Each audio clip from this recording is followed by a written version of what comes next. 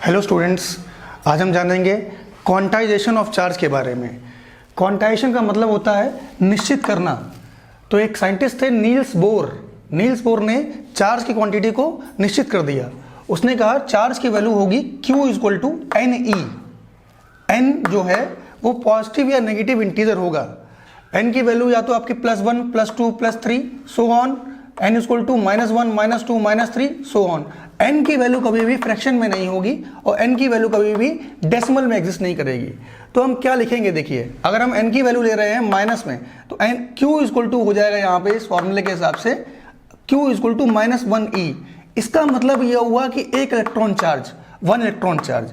Q equal to अगर -2E है इसका मतलब है 2 इलेक्ट्रॉन चार्ज, और Q इक्वल टू अगर -3E है इसका मतलब है 3 इलेक्ट्रॉन चार्ज। अब हम बात करते हैं, अगर N की वैल्यू क्या ले रहे हैं, प्लस ले रहे हैं। N की वैल्यू अगर हमने प्लस ले ली तो Q equal to +1E, Q equal to +2E, Q equal to +3E। तो +1E का मतलब 1 प्रोटॉन चार्ज, +2E का मतलब 2 प्रोटॉन चार्ज, और +3 का मतलब 3 प्रोटॉन चार्ज।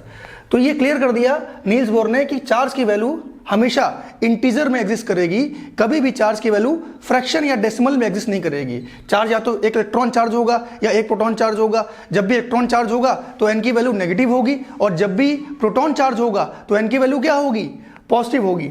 अब हम नेक्स्ट टॉपिक की बात करते हैं, conservation of charge. Conservation of charge क्या कहता है, charge can neither be created nor be destroyed.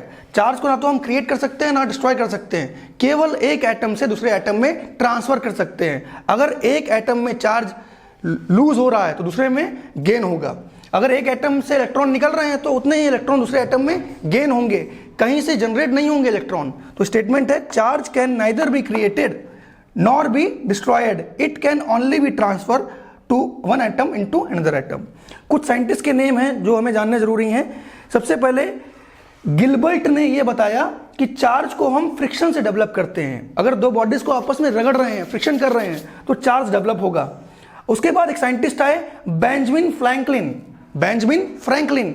उन्होंने कहा अगर चार्ज सेम नेचर के हैं, अगर चार्ज आपका प्लस प्लस है तो रिपेल करेगा, और अगर चार्ज आपके अनलाइक अगर अपोजिट नेचर के हैं तो वो अट्रैक्ट करेंगे ना। इसके बाद एक बहुत बड़े साइंटिस्ट हैं, उनका नाम है कूलाम। उसके बारे में हम नेक्स्ट लेक्चर में पढ़ेंगे। उन्होंने चार्ज की वैल्यू के बारे में बताया। Thank you class.